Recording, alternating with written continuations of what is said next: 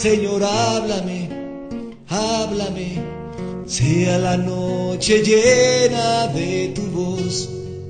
Señor, En el video anterior recordamos el gran privilegio que Dios nos concede, de hablarnos de manera directa, personal, de su gran deseo de tener una comunión con nosotros, de bendecirnos con su presencia. Ahora nos vamos a enfocar en los obstáculos que existen para escuchar la voz de Dios. En el corazón se pueden oír muchas voces y todas quieren pasar por la propia voz de Dios. Puede ser la voz de la carne, de la voluntad terca, la del enemigo y del mundo. Todas son dulces, suaves, y prometen ser Dios quien habla. Veamos cómo lo explica la Escritura. Jeremías 23 dice que Dios no le habla a uno que tenga pecados ocultos, como la ambición o el orgullo. Ezequiel 14 dice que nadie puede oír la voz de Dios con un ídolo o tropiezo en el corazón. Lo que significa que aunque Dios quiera hablarte, no lo escuchas si estás aferrado a un deseo de tu corazón. Es que Dios me dijo, siento que es de Dios, es que soñé. Y a la mera hora resulta que no era Dios. En Ezequiel 13 encontramos lo mismo. Dice que algunos hablan lo que les parece, no el parecer de Dios. Un engaño de su corazón se disfraza como voz de Dios. El papel de los afanes. ¿Qué nos dice el Señor del oyente espinoso en Marcos 4? Que las muchas ocupaciones, la codicia, la avaricia y las preocupaciones de la vida ahogan la voz de Dios. Se puede estar tan ocupado y tan atareado, que de nada sirve oír la voz de Dios. Es estorbada por los afanes que uno mismo se impone, sin dejar tiempo para ocultarse con él a discernir su voz. La carne habla todo el tiempo. Los deseos humanos adquieren voz, y se convierten en la voluntad del Señor. El estorbo de los ídolos. Los israelitas en tiempos de Moisés, no querían escuchar a Dios directamente, sino que preferían un intermediario, porque estaban llenos de ídolos ocultos. Servían a Dios a medias, y sabían que si se acercaban a él, les señalaría sus ídolos escondidos. Moisés no podría ver el interior de sus corazones ni traerles convicción de pecado, y le dijeron, escucha la palabra de Dios y tráenosla. Es la misma razón por la que muchos cristianos no se acercan a escuchar a Dios. En algún tiempo Él les habló claramente diciendo, no hagas eso, te destruirá, abandona ese pecado secreto. Será un estorbo en nuestra relación, y precisamente a causa de esas advertencias estos creyentes no entran más en sus cámaras secretas. Saben que cuando estén a solas con Dios y Él comience a hablar, les señalará su pecado que aman. ¿No es lamentable? ¿Preferir perder la presencia de Dios en vez de soltar lo que estorba? El Señor tiene una sola cosa que decir a tales cristianos. ¿Tienes un ídolo? Deséchalo. ¿Cómo podré hablarte en tiempos difíciles si has dejado de escucharme? Muchos quieren que Dios les guíe respecto a cómo mantener su negocio, su proyecto, su carrera profesional y otras cuestiones materiales. Pero antes de que Dios les dé una palabra de guía, les hablará de sus mandamientos. Les hablará de sus acciones en el hogar con su familia, de su temperamento, sus rencores, de su corazón engañoso y de sus hábitos mundanos. Les señalará cada cosa escondida en su vida, les dirá tienes que ser honesto en cuanto a tus ídolos y pecados, debes arrepentirte. No podemos caminar juntos a menos que obedezcas en esto.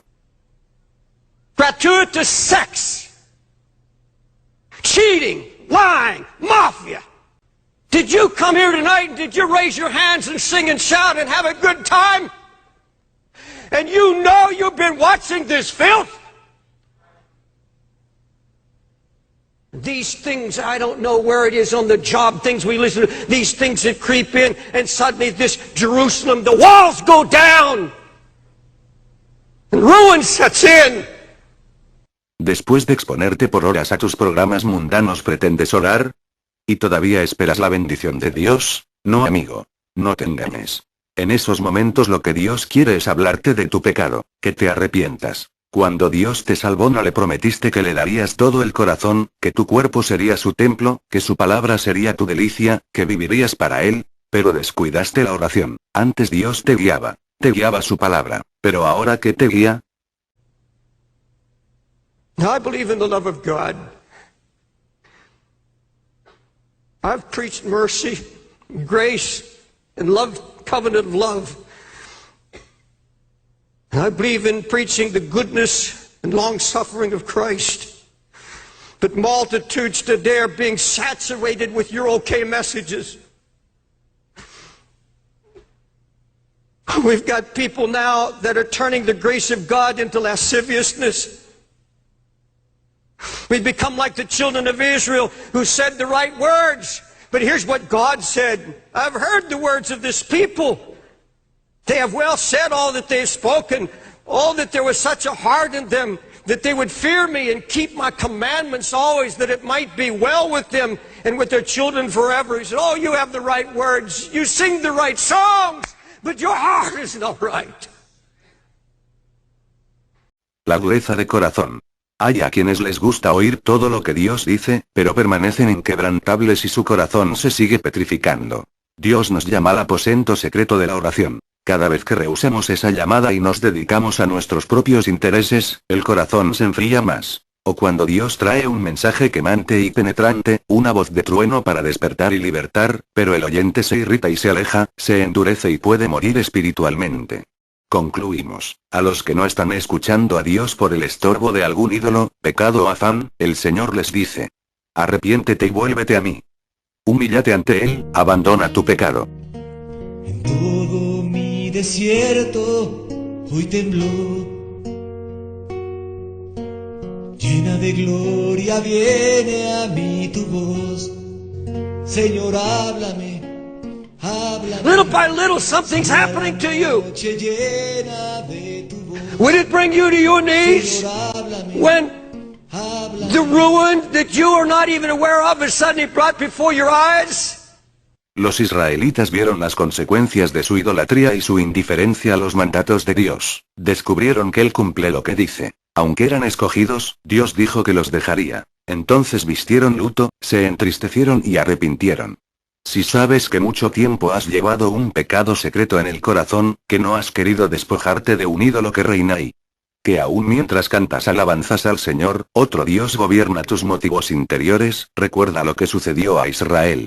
Supo que no se puede seguir adelante sirviendo a Dios mientras estuviera aferrado a los ídolos. Esto se escribió principalmente para nuestra instrucción. Dios sigue adelante solo con un pueblo santo. Dios nos da un ultimátum. Si se someten a mi palabra y dejan que les corte todo pecado e idolatría, los llevaré a una buena tierra, destruiré todas las fortalezas del enemigo y les daré alimento del cielo. Si por el contrario, no se someten ni claman a mí para que les quite todo el pecado, seguirán solos y mi presencia no los acompañará. Sométanse a mi palabra o váyanse por su propio camino. Límpiame,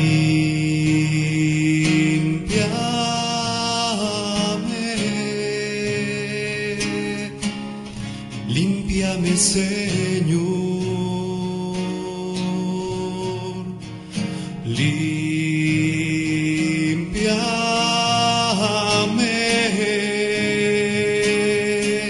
Límpiame, Señor,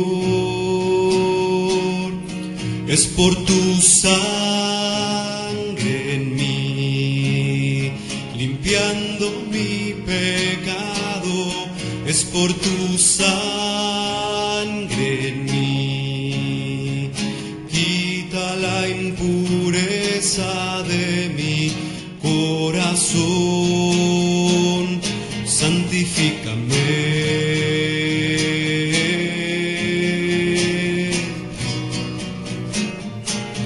Santifícame.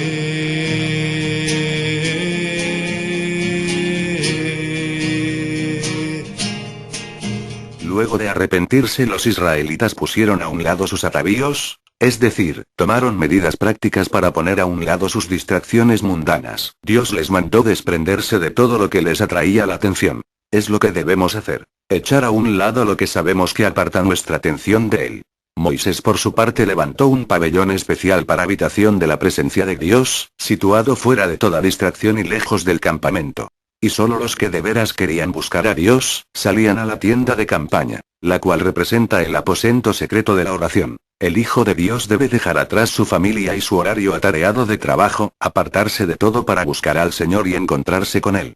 Solo así se resolvió el asunto. Dijo Dios a Moisés: mi presencia irá contigo y te daré descanso. Hasta ver resplandecer tu gloria en mí, santifícame.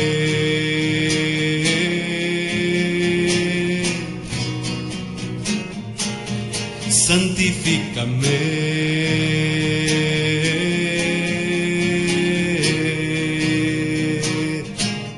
Santifícame.